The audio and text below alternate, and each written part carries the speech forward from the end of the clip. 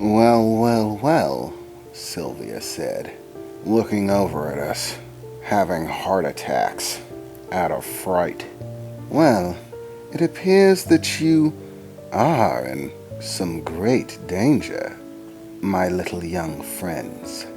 You're quite lucky that you are still within the perimeter of my territory. And I do know that normally it would be none of my business, but for whatever reason, is a Tier 3 wolf after you. What the hell are you talking about? I replied. What do you mean Tier 3? You mean there's more than one type? Oh, so you don't even know that much. Well, regardless of for whatever reason, you seem to have made a very powerful enemy. Lycanthropes, or werewolves as they're more commonly known, come in 5 tiers, ranking in strength from the least dangerous to the most dangerous. You have rank 5 at the bottom, rank 4 just above that, rank 3 above that, and so on and so forth until you hit rank 1. That little visitor was a rank 3 or Tier 3 werewolf. I assure you, if all werewolves were that powerful, this world would be a much more dangerous place. Logically, I assumed that you'd know why he was after you. But then again, you don't really understand werewolves. Which brings me to an interesting predicament. You know nothing about werewolves, and yet somehow you've gained the spite of one. One might ask how someone would achieve such a task.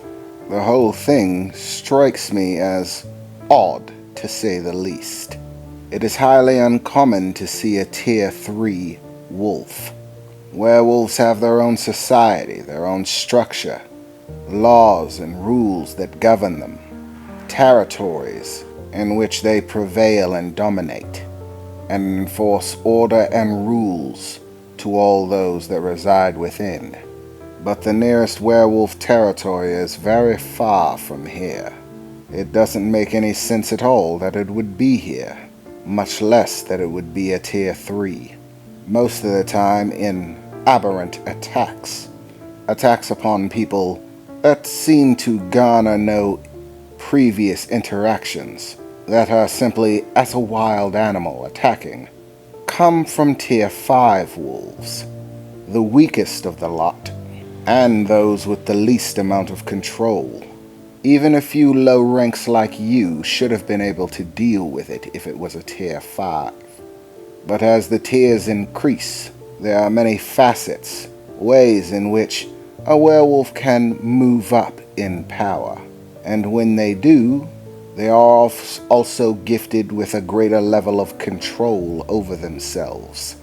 While Tier 5 wolves may be mindless animals when they transform, you will find that a Tier 3 has almost complete control over his actions while in the transformative state. Not only that, but a number of extraordinary abilities, such as regeneration, greatly enhanced defensive capabilities. They resist outward damage from basically all sources to an exceptionally bothersome level. But as I said, that is unusual. High-level wolves do not simply roam about attacking people at random. They are not savage animals. They are people with goals, agendas, and motives. Usually ones who have spent a great deal of time amassing both power and influence within the wolves' community. And yet nonetheless, it is clear that one was here and after you. And yet you haven't the foggiest of why. It seems the more I come to know you, youngsters, the more interesting your lives seem to be, Sylvia said, walking closer, looking down at us, still panting, trying to catch our breaths. My body still felt like it was on fire. I was having trouble stopping my arms and legs from shaking. And no, it definitely wasn't just the fear. I never expected the effects of using one extra temporary construct ability to be this heavy. Eliza said that its effects would vary based on my strength as a caster. Am I still that weak? I thought by now I'd be at least able to use two, without effects this drastic. I think to myself, leaning over, grabbing my knees and trying to breathe. Well, I replied, it appears you're already making good use of that little gift I gave you. Quite frankly, I'm wondering how much of that attack was you and how much of it was that staff. And what was with that black wolf, the one that just came out of your shadow. Never seen anything like that. Or should I say, I have seen something like it, only it was completely different. The same words were used to call it forward too. The words emerge. What exactly is that thing? I asked. You know, you really need to find yourself a magic instructor. You do know what a familiar is, correct? A what?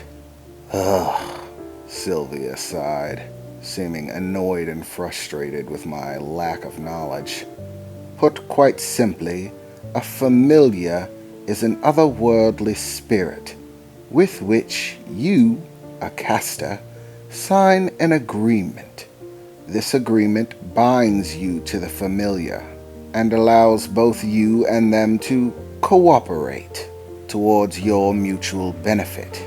Once one has truly mastered having a familiar, one can attain the second state, in which a higher level of familiar can be summoned.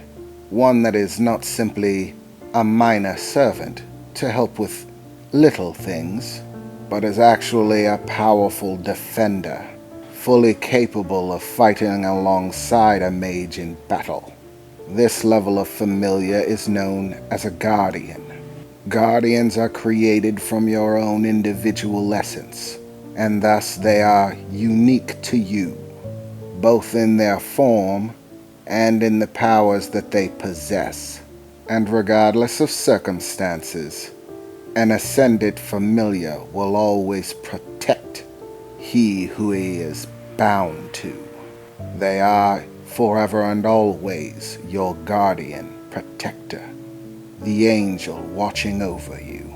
Familiars are, in essence, immortal and cannot be killed. However, this does not mean they are invulnerable.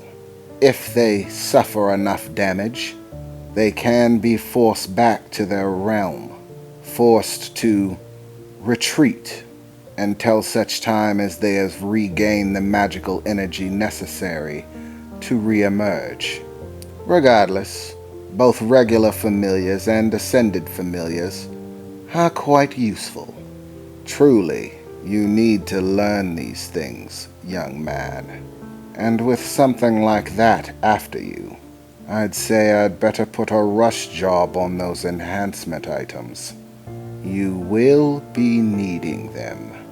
For whatever reason the wolf has targeted you, it matters not, because once one has set its sights on you, there is little chance that you will ever see an end to it, unless you do away with it altogether.